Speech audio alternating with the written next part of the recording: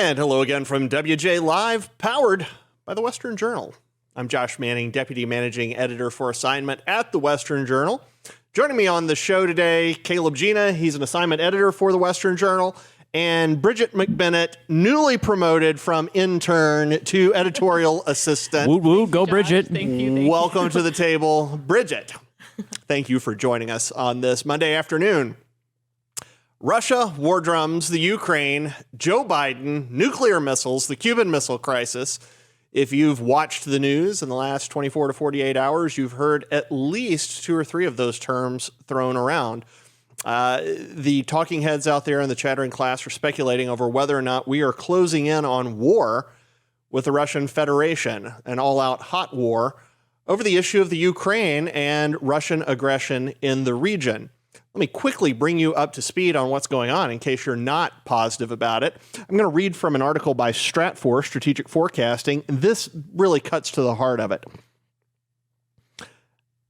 At a January 19th press conference, Joe Biden predicted Russia would move in, quote, move in to Ukraine and suggested a minor incursion by Moscow would lead to Western countries having to fight about what to do and not do. Immediately following the conference, the White House issued a statement clarifying Biden's comments, noting, quote, any Russian military forces moving across the Ukrainian border, end quote, would constitute a renewed invasion and would, quote, be met with a swift, severe, and united response from the United States and our allies, end quote. Russia's military buildup near Ukraine shows no signs of slowing as drills in Belarus from February 10th to 20th will provide Russia with an official excuse to deploy even more troops in the region. So that's where we are right now. Now, if you go back a little bit, in the middle of December, the Russians slapped down a document demanding a bunch of security guarantees from the West, one of which was that we've all gone white on my screen. I hope you can still see us. One of the demands was that NATO membership not be extended to Ukraine. The Biden administration will officially respond to that by January 30th. But right now, Russia seems to be making the point that they are ready to invade if necessary to keep the Ukraine out of NATO and NATO out of the Ukraine. So that's where we are right now. This morning, I got an email from our good friend at the Western Journal, General Mike Flynn, retired. General Flynn has got an op-ed up at westernjournal.com right now. You can go to the web, go to westernjournal.com, and it's going to be one of the first links you see, if not the most prominently displayed one. If not, just search for General Flynn, F-L-Y-N-N, and it'll come up. We wanted to bring you 5 pieces of General Flynn's op-ed and just sort of break them down, discuss them, see, kind of bat around where we think the United States is and Biden is vis-a-vis Russia and the Ukraine, and talk about where Flynn is. So the first, and these are pulled straight from General Flynn's piece. He says the rhetoric about the Ukraine conflict is out of control. President Joe Biden threatens that Russia would, quote, pay a heavy price, end quote, for any incursion into Ukraine. Secretary of State Antony Blinken warns of, quote, massive consequences, end quote, for Russia. Senator Roger Wicker, a Republican from Mississippi, told Fox News' Neil Cavuto, quote, we don't rule out first-use nuclear action, end quote. A staggeringly idiotic comment. Those are my words, not Flynn's. First-use nuclear action rhetoric is not only extremely dangerous, but these types of nonsensical remarks also threaten the stability of the entire world. That's Flynn speaking. So let's bat that around for a minute. Caleb, is the Ukraine rhetoric coming from the White House out of control? This severe consequences, massive action, is it out of control at this point? Yes, but I wish it was just the White House. We have people that are talking irresponsibly about this topic all over the place. And I think when we start to think about these heavy words that you use, like nuclear weapons and all-out war and, attacking like hot war with the Russians, I think what Flynn is doing with this piece, and I think something that we all need to do as we start talking about this and thinking about this, is how can we have a common sense conversation about what's happening and what are the real risks that are associated with this type of situation. So the White House is trying to clear up its PR nightmare after Biden gave him the green light in the presser on Thursday, which was a total disaster. But it seems like they've overcorrected to now be Russian hawks. So they go from being like, well, we're just going to let Putin do what he wants, minor incursion, and we'll, sliding scales for punishments. And now they're talking like they're, 1950s in the Eisenhower administration, where we got B-52s over the Arctic Circle waiting to attack the Russians. Well, I think it was you who made the point earlier today in the pre-show meeting that the same people are in charge now who are in charge for Georgia. Yeah. Back, what was that now, 13, 14 years ago? Biden was vice president. The Russians were rolling into Georgia, and nobody did anything.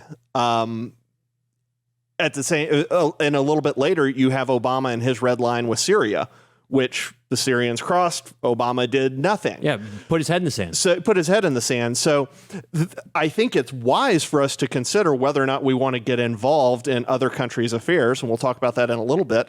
But it's one thing to make a threat when you have credibility, but I don't think Biden has any credibility. And so is that what leads to these huge overcorrections?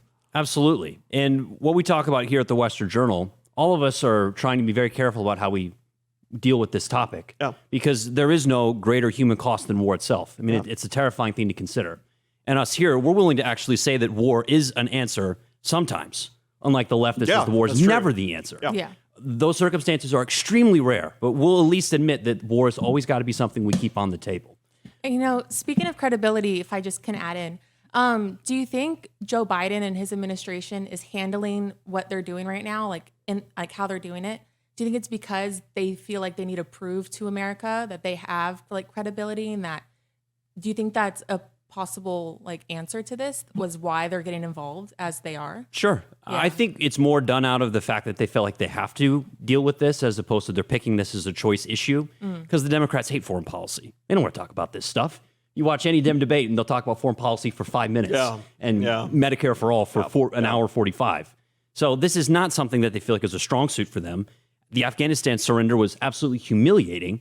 But I think something to kind of go back to the point you were making, which is this idea that you want to have a proportional response and project strength because a lack of those things does invite calamity. But at the same time, the way that they're talking about this and the solutions that have come out from admin officials and other folks, I don't think are proportional responses at all and are more made from kind of this emotional, we've got to do something about this place, as opposed to a tactical, measured General Flynn type of approach where all of the variables are being weighed. Yeah, it's kind of hard to tell what the White House is thinking. And it's to Bridget's point, well, because the White House has sort of said both things. Yeah. To Bridget's point, I think you're right. There isn't credibility there because the left has flinched over and over again when it comes to being tough with dictators. And you can say that's a good thing. You can say that's a bad thing, whatever you want. But I think Biden essentially has as a Democrat, foreign leaders know Democrats don't tend to be cowboys. So they're not as scared of them. So where Trump, you couldn't tell what he was going to do. I mean, and the rest of the world, you could hear it in their rhetoric. He's crazy. We don't know what he's going to do. He's totally unpredictable. And I'm sitting there in my office thinking, yeah, that's the point. That's the point. Ronald Reagan was a cowboy.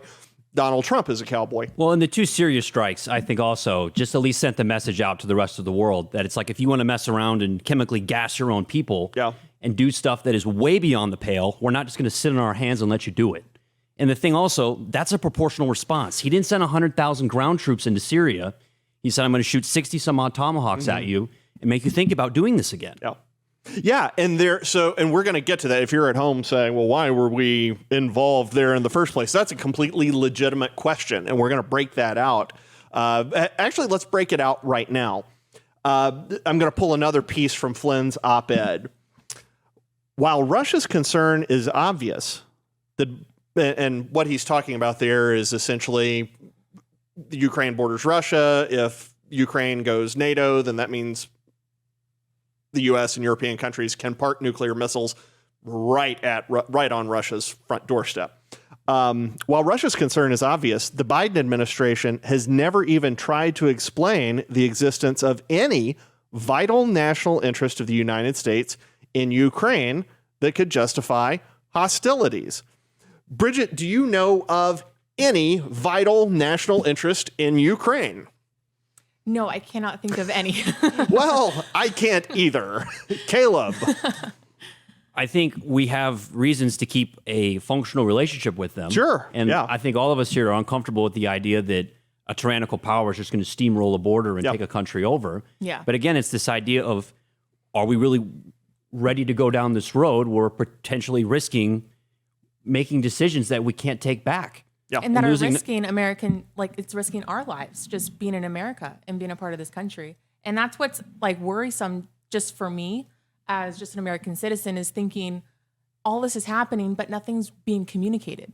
You know, like we get the statement that Biden is going to, like, if Joe Biden threatened Russia saying they're going to pay a heavy price. What's that heavy price? Right. That's what I've been thinking throughout this whole story, is there's no clear answers. Yeah, and how do you make them pay a heavy price? It does depend on what you mean by heavy price, but how do you make them pay a heavy price without our having to pay a heavy price? And that's the terrifying thing when you get somebody like Wicker out there. He's a senator talking about reserving the right for a first nuclear strike.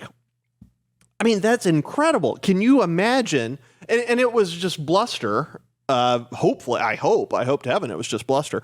But can you imagine a dumber thing to have a nuclear exchange over than Ukrainian NATO admission? You could argue the entire existence of a nuclear exchange is moronic. Like, who wins? Yeah, when everybody's reduced to radioactive ash. Yeah, and no, yeah, that's it. And nobody does win out of it. And again, we would be doing that. He is bringing up the idea of nuclear strikes based on a potential invasion of a country that is almost of zero strategic importance to the United States. It's not zero. I mean, it is on Russia's doorstep. There is some strategic value there. But, I mean, if I'm the Russians, I'm sitting there looking at Ukraine potentially becoming a member of NATO, and I'm having visions of the Cuban Missile Crisis again, only in reverse. This time, it's the Americans parking missiles right off of Russia. And if I were Putin, that would be ticking me off and worrying me to no end, the same way it did JFK in '62. Yeah. And how did JFK de-escalate the situation? By giving them repeated chances to calm things down, not ordering his admirals and such to do something rash. But a big piece of this that a lot of people don't talk about, and then General Flynn mentioned, is that they gave up the missiles in Turkey. Yeah. So JFK realized, okay, I've got to lower the boil here. And part of the reason that I do that is get our ballistic missiles out of a place that they think is putting them in a vulnerable spot. Right. So we made a concession, something that JFK actually wanted because he was all about nuclear disarmament. And we actually got them to take the missiles out. And I think that's just a very practical way of seeing it from their perspective, where the missiles in Turkey made them uneasy. And if we keep a bunch of hypersonic orbital nuclear missiles 10 miles from the Russian border, I don't think it's unreasonable to say that would unnerve people in the Russian government and outside absolutely, with good reason. With good reason. And when I think about this, what we're saying here is like potentially or if statements. Like nothing is certain. So what do you, Josh and Caleb, what do you both think if something did happen where we were going to finish out these statements and go into like a nuclear war? What do you think President Joe Biden would do? Like if Russia took him up on that offer and like, okay, this is what we're doing. Like, I can't see Joe Biden really taking a stance on this. I feel like him and his administration right now is just talking because they want to prove a point. Yeah, I think they're talking. I think they're also not positive what point they're trying to make, Right. as evinced by the green light. Then there will be severe consequences. Contrary to Wicker's ridiculous statement, we would certainly never launch nukes again to stop a Russian incursion into Ukraine. It just absolutely wouldn't happen. That means if there is going to be a nuclear exchange, it has to come from Russia. Right. Russia's not going to carry out it's sort of to your point. Everybody loses in that scenario. Russia's not going to carry out a first strike. So the scenario where nukes get scary is if the Russians do straight up invade Ukraine, and we're not talking about like there are border skirmishes in Ukraine. The Donbass region. There's a separatist movement there that a Russian separatist movement, which Putin loves and helps fuel. We're not talking about that. We're talking about a full-scale Russian tanks rolling over the border, trying to take the country. If that were to happen, and if Biden were foolish enough to order U.S.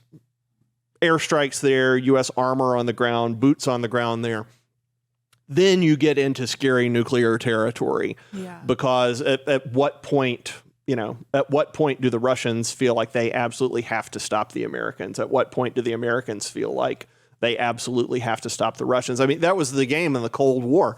They always had more soldiers and more hardware than we had, but we had a massive, massive, massive nuclear deterrent. Yeah. So you don't get kind of part of the idea of European geopolitics during the Cold War was you don't get into a ground war with Russia.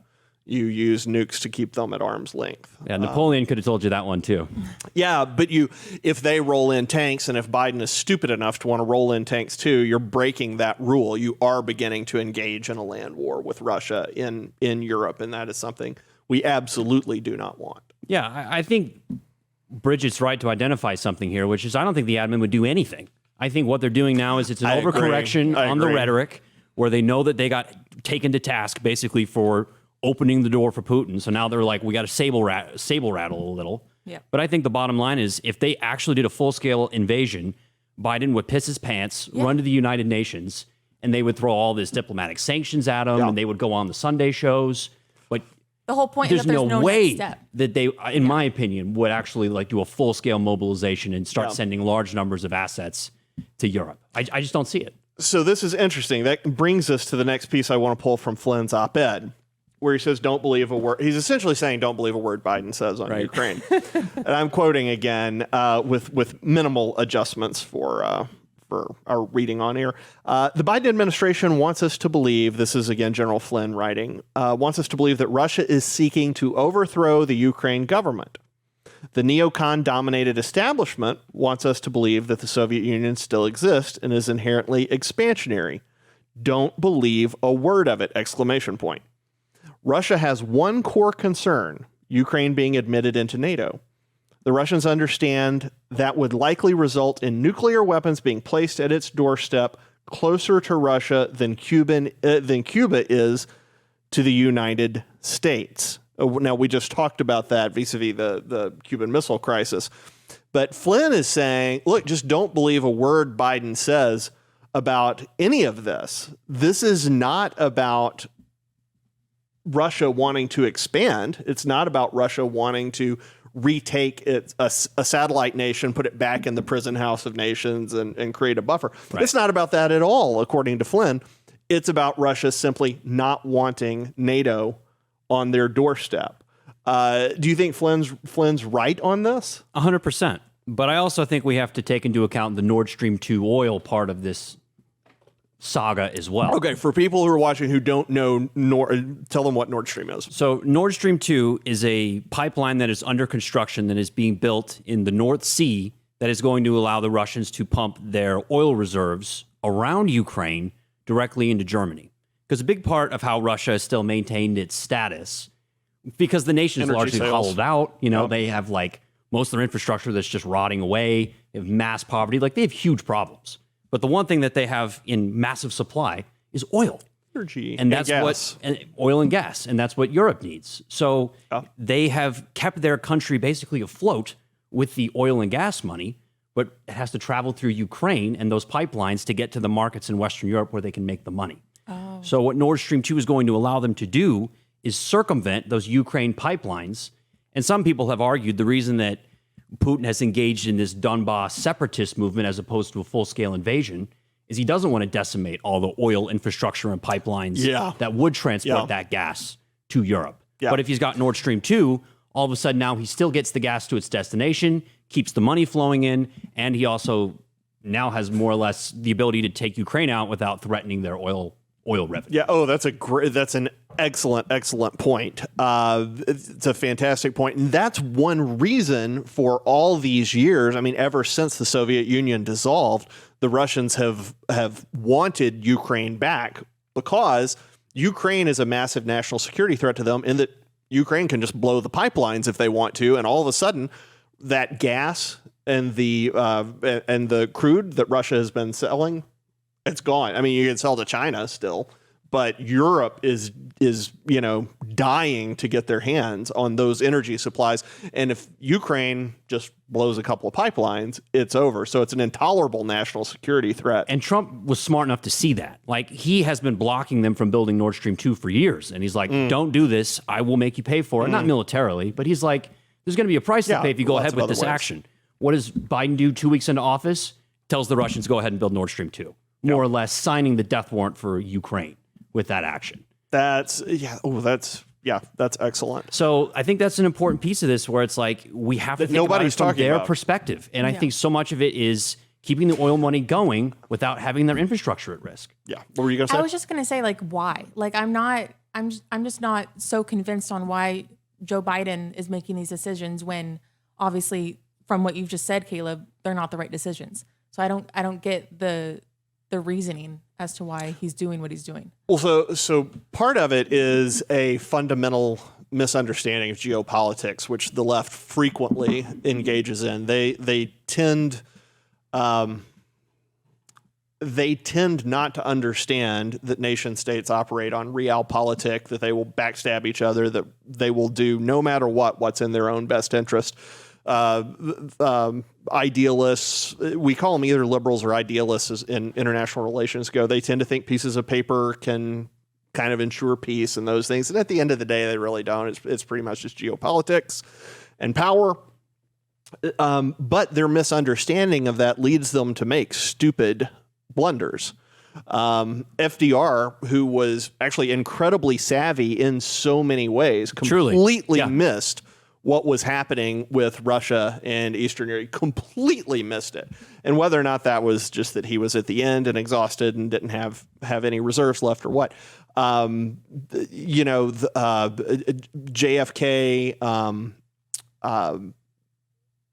You're putting the troops Democrat, in Vietnam. Democrat, LBJ, good gracious, I couldn't think.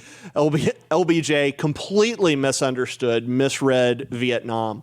Nixon came in, he bombed the mess out of them, immediately got them to the table. But time and again, the left has misunderstood international politics. And because of that, because they kind of view things through sort of a set of rose-tinted glasses, they miss really obvious things. Well, Woodrow Wilson too, right? The architect of the Treaty of Versailles misses the fact that by ripping out like Germany's honor and economy, he basically sets the stage for World War II. Yeah. He's like the father of progressivism. Yeah, and they hated. Well, I don't know that he actively hated black people, but he was certainly. There's strong intimations of that. Yeah, and so and then they completely just sort of rape Germany after World War I. The Germans want revenge. That leads to Hitler, leads to World War II. So the progressive kind of misreading of international politics is kind of a common thing, and it results in stupid stuff like this. Yeah, geez. And then what happens is you end up having hundreds of millions of lives on the line. And to go back to Flynn, the United States, again, I'm quoting from General Mike Flynn in an op-ed exclusive to the Western Journal today. The United States and the Russian Federation are great nations, talking about giant nations. Doesn't mean they're the best ever, though I'm sure he does believe the United States is. He's saying they're great nations, huge nations, powerful nations. However, these great nations each have thousands of nuclear weapons that could kill hundreds of millions of people. So, Caleb, the White House kind of coming out and sort of giving a green light and then immediately issuing a clarification saying, oh, no, there are going to be really severe consequences here. The White House kind of being schizophrenic on this and then playing this game of chicken with Russia when actual Russian tanks are involved. That just seems so foolhardy to me. Well, and I think Zelensky, the Ukrainian president's reaction also was very telling. because he's the one that is basically looking over the border down the barrels of those tanks. So he's like, what are you saying? You're creating conditions where me having to actually deal with this on my doorstep, this is like way escalating the situation and the danger. Biden is 5,000 miles away on the other side of the world, and he's inflaming the situation with his rhetoric. So Zelensky, I think his reaction was just kind of an indicator that they've got to be so much more careful about how they talk about this, because it's not are we just emboldening our enemies? We're scaring our allies because they don't know what we're going to do. So I think if you go back to the Stratfor piece we opened with, there's a good line. Biden said the United States, quote, could work out something, end quote, with Russia to ensure NATO didn't send strategic weapons into Ukraine, and reiterated that Kiev was, quote, not very likely, end quote, to join the Western Security Alliance, quote, in the near term, end quote.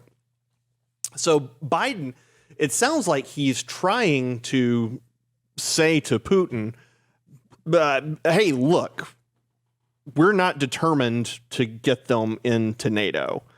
And I think he's hoping maybe that will give Putin enough comfort that he can pull back a little bit, roll the tanks back out.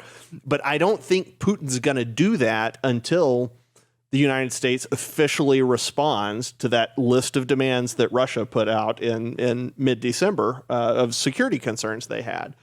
So, look, we've got hundreds of millions of lives on the line, and Joe Biden is in charge of it. How do you feel about that, Bridget? It makes me a little worried, especially like I've said this whole time, how uncertain these statements are coming from the Biden administration. Yeah. That's all I'm concerned about, is how uneasy it feels to read all this and hear both of you talk on this matter and think, well, there isn't a plan. And there's all of these ifs and potential of what might or might not happen. And so it's just all concerning from my point of view. So it is all concerning. So how do you deal with stuff like this? How does the United States deal with these things? How have we traditionally dealt with these things? Well, Flynn brings that up too. And to do it, he goes back to a fairly famous quote from George Washington, our first president. And I'm quoting again from Flynn. George Washington, our first president, said on politics and war, quote, be honest and just ourselves, and to exact it from others, meddling as little as possible in their affairs where our own are not involved. If this maxim were generally adopted, wars would cease. So what Washington was saying there is essentially, we're going to be friends to everybody we can. We're going to be enemies to no one if we can avoid it. We're going to be honest with others. We're going to expect them to be honest with us. And where we don't have a national interest, we're not going to go looking for trouble. And so that kind of brings us full circle here to what is the national interest in Ukraine?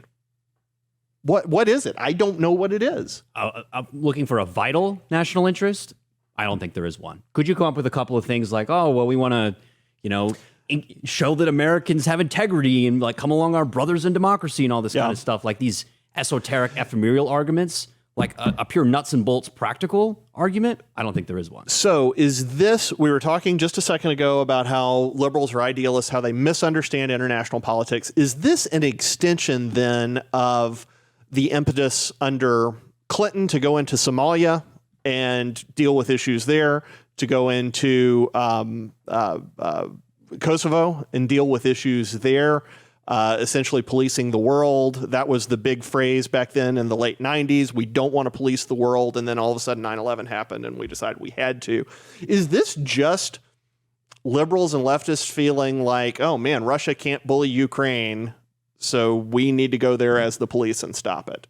Is that what this is? I think their side is just as confused as the admin. They don't know what side is up and what side is down. Whose side? The left. Okay, the left and the liberals. Got it. Because I think there are like arguments to be made that like, oh, well, you don't want to just surrender a country of 40 some odd million people to a tyranny. Yeah. But at the same point, like they don't have much of a knowledge of history because, of course, history, there's nothing to learn from it, Like, so they have really very little awareness of actually like what has happened in the past. So I think they're just kind of fumbling around in the dark with this topic. And when you do things like that, that's when potential catastrophes can happen. Like when Bridget says, there's no plan. Yeah. And we're saying here, look, we should have a very careful, deliberate conversation about what we should do. But the last thing we should do is act rash or just flail around like we're seeing right now. Bridget, there's a part of, I think, every American or most Americans that looks at something like Ukraine and Russia and sees giant Russia, little bit of Ukraine, and thinks, well, you got to side with the underdog, right? Yeah, I think that's ties into just the typical American story of like the underdog taking over. I mean, that's what America's all about, right? And so I see that in the story with Russia and Ukraine as well. Yeah, definitely. So I think it's a very human, a very American kind of thing to want to help the little guy. Yeah. But when there are nuclear weapons on the line and American blood, not just treasure, but American blood on the line, you've got to be so careful about whether or not you're going to get involved. And to think we just surpassed a year in the Biden administration, and this is just another. It's like it's only been war a year. with Russia. We've already been kicked out of Afghanistan, and now war with Russia looms. All right, that's good. So we're about to wrap up here. This is sort of a Russian-themed episode. We wanted to start off talking about what was happening in Ukraine. Then we wanted to talk about General Flynn's op-ed on it and kind of deal with that. Now I want to shift to something just in the last couple minutes here.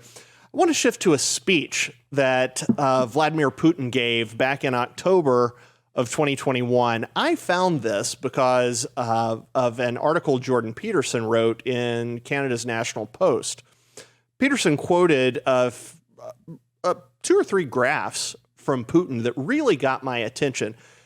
And it made me aware of something that we've talked about in the newsroom a little bit. Joey Chester, who's on here frequently, he and I've talked about this a bunch. There's this really weird thing happening in Russia right now where they're the ones who look kind of conservative. And it's America that looks increasingly totalitarian, leftist, Marxist, quasi-communist. Yeah, isn't that something? And I've been trying to wrap my head around it because it's a very strange thing. So then I ran across these lines from Putin in Peterson's article, and I wanted to toss them out there to you guys and just listen. And now, by no stretch of the imagination am I saying Vladimir Putin's a great guy. He's a killer, and he's an autocrat, and he is a brutal dictator. But it's very interesting, some of the things he says. So again, this is an excerpt from a speech he gave on October 21st, 2021. See if any of this sounds familiar to you. Some people in the West believe that an aggressive elimination of entire pages from their own history, reverse discrimination against the majority in the interest of the minority, and the demand to give up the traditional notions of mother, father, family, and even gender. They believe that all of these are the mileposts on the path towards social renewal. We have a different viewpoint. Putin's here talking about Russia. At least the overwhelming majority of Russian society has a different viewpoint. We believe that we must rely on our own spiritual values, our historical tradition, and the culture of our multi-ethnic nation. The advocates of so-called social progress believe they're introducing humanity to some kind of a new and better consciousness. But Russia has been there already. The Bolsheviks also said that they would change existing ways and customs, and not just political and economic ones, but the very notion of human morality and the foundations of a healthy society. The destruction of age-old values, religion, and relations between people, up to and including the total rejection of family, encouragement to inform on loved ones, all this was proclaimed progress. By the way, was widely supported around the world back then and was quite fashionable, same as today. By the way, the Bolsheviks were absolutely intolerant of opinions other than their own. Couple more lines. Looking at what's happened, again, this is Vladimir Putin. This is a speech he gave in October of 2021. Vladimir Putin sounding far more like an American conservative here than a whole lot of American conservatives right now. Looking at what is happening in a number of Western countries, we're amazed to see the domestic practices we left in the distant past. The fight for equality and against discrimination has turned into aggressive dogmatism bordering on absurdity, when the works of the great authors of the past, such as Shakespeare, are no longer taught at schools and universities because their ideas are believed to be backward. The classics are declared backward and ignorant. backward and ignorant of the importance of gender and race. In Hollywood, memos are distributed about proper storytelling and how many characters of what color or gender should be in a movie. This is even worse than the agitprop department of the Central Committee of the Communist Party of the Soviet Union. Those were the political propagandists. And it goes on. It's absolutely a fascinating excerpt from a Russian autocrat who is expressing essentially conservative ideas. That's profoundly unexpected in general. But Caleb, I wonder if Putin is actually speaking from experience, having lived through, I mean, he was the KGB, having lived through what the Bolsheviks set up, this horrible communist system, this horrible system that's centered on leftism. It sounds like he actually saw it and has learned from it, maybe. So Dennis Prager has this thing that he says that I think is right on the money here, which is the left destroys everything it touches. And Putin is smart enough to know that. Even the Soviet state. Leftism is so rotten to its core, is so divisive and turns people into these, helpless complainers that he sees the risk that it poses to even Russian society writ large. Yeah. So there is this weird dichotomy where you're like, they have total state control and he's like, the number one guy. But I think he's learned the lessons of history, as you suggest, and knows that a huge threat, an existential threat, is leftism itself. Bridget, is it weird to hear the leader of the former Soviet Union, a man who has killed who knows how many people, possibly personally, talking about how essential family is and traditional notions of gender are? Is that, did you see that coming? I did not see that coming at all, honestly. It makes you really take a step back and think, if our country right now doesn't hold those values to their core, but like you just said, that type of leader who's killed how many people holds that to his core and speaks on it, it just makes you really take a step back and think, where am I living right now? How far out of sync are we? Yeah, and to think about where we did come from the United States, and we've just curved a total 180. Yeah.